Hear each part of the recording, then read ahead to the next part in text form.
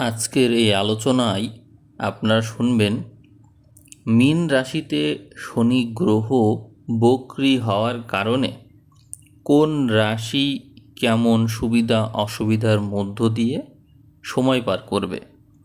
আপনারা ইতোমধ্যেই জানেন 27 জুলাই 2026 থেকে 11 ডিসেম্বর 2026 পর্যন্ত মোট 138 দিন ন্যায়ের দেবতা শনিদেব মীন রাশিতে বক্রী বা উল্টো চাল অবস্থায় থাকবেন। বৈদিক জ্যোতিষশাস্ত্র অনুসারে শনির এই বক্রগতি কিন্তু কোনো অশুভ সংকেত নয়, বরং এটি হলো পূর্বের ভুল ত্রুটি সংশোধন, কর্মের মূল্যায়ন এবং ধৈর্য পরীক্ষার একটি শক্তিশালী সময়। আমরা এখন এই শনিদেব মীন রাশিতে বক্রী হওয়ার কারণে 12টি রাশির উপর যে গভীর ইতিবাচক ও নেতিবাচক প্রভাব পড়ছে তার একটা বিস্তারিত এবং সুনিশ্চিত বিশ্লেষণ দেওয়ার চেষ্টা করব। আসুন শুরু করি। প্রথমেই থাকছে মেষ রাশি। মেষ রাশি যে সুবিধা পাবে তা হলো আধ্যাত্মিক কাজে আগ্রহ বাড়বে, বিদেশে যাওয়ার বা আন্তর্জাতিক স্তরে যোগাযোগ স্থাপনের যে কাজগুলো আটকে ছিল তা পুনরায় গতি পাবে। আর অসুবিধা হিসাবে মেষ রাশির উপরে শনির 7.5-এর প্রথম পর্যায় চলছে। এই সময়ে শারীরিক ক্লান্তি, অনিদ্রা এবং অপ্রয়োজনীয় ব্যয় বা লোকসানে আপনাকে মানসিক চাপে ফেলবে। এই জন্য পরামর্শ হিসাবে থাকছে বড় কোনো আর্থিক বিনিয়োগে তাড়াহুড়ো না করা। বৃষ রাশির জাতক জাতিকাদের জন্য শনির বক্রী দশা অত্যন্ত শুভ ও ফলদায়ক। দীর্ঘদিনের আটকে থাকা অর্থ ফেরত পাবেন, আয়ের নতুন উৎস তৈরি হবে এবং কর্মক্ষেত্রে নতুন কোনো বড় দায়িত্ব পেতে পারেন। এক্ষেত্রে অসুবিধা হিসাবে বন্ধুদের সাথে সামান্য ভুল বোঝাবুঝি হতে পারে। মায়ের স্বাস্থ্য নিয়ে কিছুটা হলেও দুশ্চিন্তা দেখা দিতে পারে। পরামর্শ হিসাবে বলবো, কর্মক্ষেত্রে অলসতা ত্যাগ করবেন এবং সুযোগের সৎ ব্যবহার করবেন। মিথুন রাশির জাতক জাতিকাদের দশম ভাব অর্থাৎ কর্মঘরে শনি বক্রী হয় পেশাগত জীবনে নতুন সুবর্ণ সুযোগ আসবে। আপনারা যারা নতুন ব্যবসা বা চাকরি পরিবর্তনের কথা ভাবছিলেন তারা দারুণ সব অফার পাবেন। অসুবিধা হিসাবে কাজের চাপ অত্যধিক বৃদ্ধি পাবে, ফলে পারিবারিক সুখ শান্তিতে সামান্য ব্যাঘাত ঘটতে পারে। কাজের গতি কিছুটা হলেও মন্থর হতে পারে। আর পরামর্শ হিসাবে থাকছে বড় কোনো সিদ্ধান্ত নেওয়ার আগে অবশ্যই অভিজ্ঞ ব্যক্তিদের পরামর্শ নেবেন। কর্কট রাশির জাতক জাতিকাদের নবমভাবে শনির বক্রগতি আপনার ভাগ্যস্থানে প্রভাব ফেলবে। ধর্মীয় যাত্রা, উচ্চশিক্ষা এবং আত্ম উন্নয়নের জন্য সময়টি চমৎকার। পৈতৃক সম্পত্তি থেকেও লাভের সম্ভাবনা রয়েছে প্রবলভাবে। এক্ষেত্রে অসুবিধা হলো আপনার উপর শনির 2.5 বছরের যে ঢাইয়ার প্রভাব তা পড়তেই পারে এবং কর্মক্ষেত্রে সহকর্মী বা অংশীদারদের সাথে মতবিরোধের সম্ভাবনা রয়েছে। পরামর্শ হিসেবে বলবো, প্রতিবেশীদের সাথে কোনো প্রকার বিবাদে জড়ানো থেকে সর্বদা বিরত থাকুন। সিংহ রাশির জাতক জাতিকাদের অষ্টমভাবে শনি বক্রী হওয়ার কারণে হঠাৎ কোনো গুপ্ত ধন পেয়ে যেতে পারেন এবং ধন বা বিমা লটারি থেকে আর্থিক লাভের যোগও তৈরি হতে পারে। পুরনো ঋণ পরিশোধের অবশ্যই সুযোগ পাবেন। আর অসুবিধা হিসেবে এই সময়টা বড় রিয়েলিটি চেক আপনাদের জন্য, এবং দাম্পত্য জীবনে আর পারিবারিক ক্ষেত্রে তীব্র অশান্তি দেখা দিতে পারে। দুর্ঘটনা ও শারীরিক অসুস্থতা নিয়ে সতর্ক থাকতে হবে।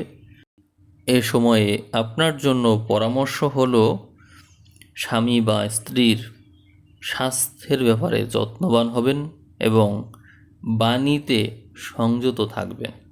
অর্থাৎ কথাবার্তা যেন এমন না হয় যে আপনার কথাবার্তা অন্যরা কষ্ট পাচ্ছে। কন্যা রাশির জাতক জাতিকাদেরকে বলবো, সপ্তমভাবে শনির বক্রগতি অংশীদারি ব্যবসায় স্বচ্ছতা নিয়ে আসবে। পুরনো ব্যবসায়িক চুক্তিগুলো পুনর্মূল্যায়ন করলে লাভবান হতে পারবেন। আর অসুবিধা হিসাবে বৈবাহিক জীবনে এবং প্রেমের সম্পর্কে টানাপোড়েন দেখা দিতে পারে। জীবনসঙ্গীর সাথে অহংকার বোধের লড়াই সম্পর্কের অবনতি ঘটাবে। শারীরিক দুর্বলতায় ভোগান্তির বিরাট সম্ভাবনা রয়েছে। পরামর্শ হিসেবে বলবো, সম্পর্কের ক্ষেত্রে কোনো কিছু না লুকিয়ে স্পষ্টভাবে কথা বলবেন, তাতেই উপকৃত হবেন। তুলার জাতক জাতিকারা, আপনারা ষষ্ঠভাবে শনির বক্রগতি পাবেন। আপনাদের জন্য সুরক্ষা কবচ হিসেবে কাজ করবে এটি। শত্রুতা এবং বিরোধিতায় ব্যক্তিগণ পরাজিত হবে আপনার কাছে। আইনি মামলায় জয় আসবে এবং কর্মক্ষেত্রে পদোন্নতির প্রবল সম্ভাবনা রয়েছে।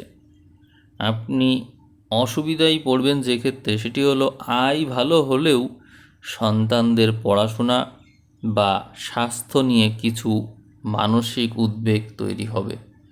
পরামর্শ হিসেবে বলবো, কাজের জায়গায় অতিরিক্ত আত্মবিশ্বাসী হয়ে কোনো ভুল সিদ্ধান্ত নেবেন না। বৃশ্চিক রাশির জাতক জাতিকাদের পঞ্চমভাবে শনি বক্রী হওয়ায় আপনাদের সৃজনশীল চিন্তাভাবনাগুলো বাস্তব রূপ নেবে এবং তা থেকে আর্থিক মুনাফা আসবে। অসুবিধা হলো প্রেম ঘটিত বিষয়ে বড় ধাক্কা বা ভুল বোঝাবুঝি হতে পারে। শিক্ষার্থীদের পড়াশোনায় মনোযোগের অভাব থাকবে এবং অতিরিক্ত অলসতা লক্ষ্য করা যাবে। কর্মক্ষেত্রেও দুশ্চিন্তা বাড়বে। পরামর্শ হিসাবে বলবো, শেয়ার বাজারে বা ঝুঁকিপূর্ণ কোনো ক্ষেত্রে বড় বিনিয়োগ এই 138 দিন এড়িয়ে চললেই ভালো হয়। ধনু রাশির জাতক জাতিকাদের চতুর্থভাবে শনির বক্রগতি লক্ষ্য করা যাবে। ফলে ভূমি, জমি বা প্রপার্টি সংক্রান্ত পুরনো কোনো বিবাদের মীমাংসা হতে পারে। পারিবারিক কিছু দায়িত্ব পালনে মানসিক শান্তি পাবেন। অসুবিধা হিসেবে থাকছে আপনার উপর শনির ধাইয়ার প্রভাব, ফলে গৃহসুখে অভাব, মায়ের আকস্মিক স্বাস্থ্যহানি এবং নিজের বুকেও কোনো ইনফেকশন বা সমস্যা দেখা দিতে পারে। পরামর্শ হিসেবে বলবো, কর্মক্ষেত্রে পরিবর্তনের চেষ্টা এখন না করাই ভালো। ধৈর্যের সাথে পরিস্থিতি মোকাবেলা করলে সেটিই ভালো হবে। মকর রাশির জাতক জাতিকাদের অধিপতি স্বয়ং শনিদেব তৃতীয়ভাবে বক্রী হয় আপনার সাহস, পরাক্রম এবং আত্মবিশ্বাস তুঙ্গে থাকবে। ছোট ভাই বোনের সাথে সম্পর্কের উন্নতি হবে। নতুন যোগাযোগ থেকে ক্যারিয়ারে লাভ হবে। অসুবিধা হলো কঠোর পরিশ্রমের পরেও কিছু কাজে আকস্মিক বিলম্ব বা দেরি হতে পারে। সন্তানদের স্বাস্থ্য, মায়ের স্বাস্থ্য সম্পর্কে একটু সচেতন থাকতে হবে। আপনার কথাবার্তায় যেন অহংকার প্রকাশ না পায়, সেদিকে খেয়াল রাখুন। এটিই হলো আমার পরামর্শ। কুম্ভ রাশির জাতক জাতিকাদের দ্বিতীয় ভাব বা ধনভাবে শনি বক্রী হচ্ছে। ফলে সঞ্চয় বাড়ানোর নতুন কৌশল বা পরিকল্পনা করতে পারবেন। পুরনো কোনো বিনিয়োগ থেকে লাভবান হওয়ার সম্ভাবনা থাকবে। অসুবিধা হলো কুম্ভ রাশির উপর শনির 7.5 শেষ পর্যায়ে চলছে। পরিবারে হঠাৎ কোনো বড় খরচের কারণে আর্থিক টানাপোড়েন তৈরি হতে পারে। এক্ষেত্রে পরামর্শ হিসাবে বলবো, পৈতৃক সম্পত্তি বা টাকা পয়সা নিয়ে পরিবারের কারোর সাথে কোনোভাবেই বিবাদে জড়াবেন না। মীন রাশির জাতক জাতিকাদের শনি যেহেতু আপনার নিজের রাশিতেই বক্রি হচ্ছে, এটি আপনার ব্যক্তিত্বকে আরও পরিপক্ক এবং গম্ভীর করে তুলবে। আধ্যাত্মিক সাধনায় বড় ধরনের অগ্রগতি হবে। অসুবিধা হলো মীন রাশির ওপর শনির 7.5-র মধ্যভাগ বা সবচেয়ে কঠিন সময় চলছে। মানসিক অবসাদ, বিভ্রান্তি, অলসতা এবং অংশীদারদের সাথে সম্পর্কের অবনতি আপনাকে মানসিকভাবে পঙ্গু করে তুলতে পারে। পরামর্শ হলো অবাস্তব সম্পর্ক, অবাস্তব স্বপ্ন কল্পনা এইসব থেকে বেরিয়ে এসে বাস্তব পরিস্থিতিকে মেনে নিন। শরীর এবং স্বাস্থ্যের প্রতি অবহেলা একদমই করবেন না। শনির নেতিবাচক প্রভাব কমানোর সুনিশ্চিত কিছু উপায় আছে, সেগুলো করলে অনেক ক্ষেত্রেই উপকার হয়। যেমন শনির জপ মন্ত্র 108 বার জপ করতে পারেন। শনির মন্ত্র মনোযোগ দিয়ে ইয়ারফোন ব্যবহার করে শুনতে পারেন, এটিতে কাজ হয়। আবার অনেকেই প্রদীপ প্রজ্বলন করার কথা বলে। প্রতি শনিবার সন্ধ্যায় অশ্বত্থ বা পিপল গাছের নিচে সরিষার তেলের প্রদীপ জ্বালানোর কথা বলে থাকে। যদি কারো এর উপর বিশ্বাস থাকে আপনি সেটি করতে পারেন। দান ধ্যান এটি অবশ্যই কাজ করে। অসহায় দরিদ্র বা শারীরিক প্রতিবন্ধী ব্যক্তিদের কালো তিল, কম্বল, জুতো বা খাদ্য সামগ্রী দান করলেও উপকৃত হওয়া যায়। তবে শুধু এইগুলোই না, আপনি অন্যভাবেও টাকা পয়সা দান করতেই পারেন। মনে রাখবেন, যার আসলেই প্রয়োজন তাকে দান করলে সে ভিখারি নাও হতে পারে। এরকম ব্যক্তিকে দান করা অবশ্যই ভালো লক্ষণ। তবে মনে রাখবেন, যে দরিদ্র অর্থাৎ যার এই মুহূর্তে প্রয়োজন তাকে দিতে পারাই সবচেয়ে বড় দান। আর হনুমান চল্লিশার কথা বলবো, প্রতিদিন যদি সম্ভব হয়, বিশেষ করে শনিবার মঙ্গলবার হনুমান চল্লিশা যদি পাঠ করতে পারেন, অথবা যদি পাঠ নাও করতে পারেন, যদি মনোযোগ দিয়ে শুনতে পারেন, তাহলেও শনিদেবের কুপ্রভাব থেকে মুক্তি পাওয়া যায়। তবে শনিদেবের কুপ্রভাব হিসেবে না দেখে এটিকে মূলত নিজস্ব সংশোধন হিসেবে দেখাই ভালো। এটি আসলে পূর্বপুরুষের প্রভাব, যার কারণে পূর্বপুরুষের কর্মফলের প্রভাব আমাদেরকে ভুগতে হয়। আমরা মেডিটেশন, প্রাণায়াম, অনুলোম বিলোম এই জিনিসগুলো যতটা রপ্ত করতে পারবো, আমাদের মধ্যে শুদ্ধতা, আত্মশুদ্ধি এগুলো ততটাই বেশি হবে। ফলে আমরা সব প্রভাব থেকে মুক্ত থাকতে পারবো, সংশোধনের পথে হাঁটতে পারবো। শনিদেব চায় আমাদের সংশোধন, আর তার সবচেয়ে ভালো উপায় হলো মেডিটেশন, প্রাণায়াম এবং অনুলোম বিলোম। কেমন লাগলো ভিডিও সবাই জানাবেন। যদিও ভিডিও অতি সংক্ষেপে দিলাম, কিন্তু আসলে ভিডিও যথেষ্ট বড় হয়ে যায় এবং বড় ভিডিও এইভাবে বানানো যথেষ্ট কঠিন। এই জন্য অতি সংক্ষেপে দিলাম। যদি আপনাদের ভালো লাগে, আমি দরকার হলে এই ভিডিও আবারও আর একটা পর্ব দেব, আর একটু বড় করে। তো ঠিক আছে, সবাই ভালো থাকবেন। সবাইকে অসংখ্য ধন্যবাদ।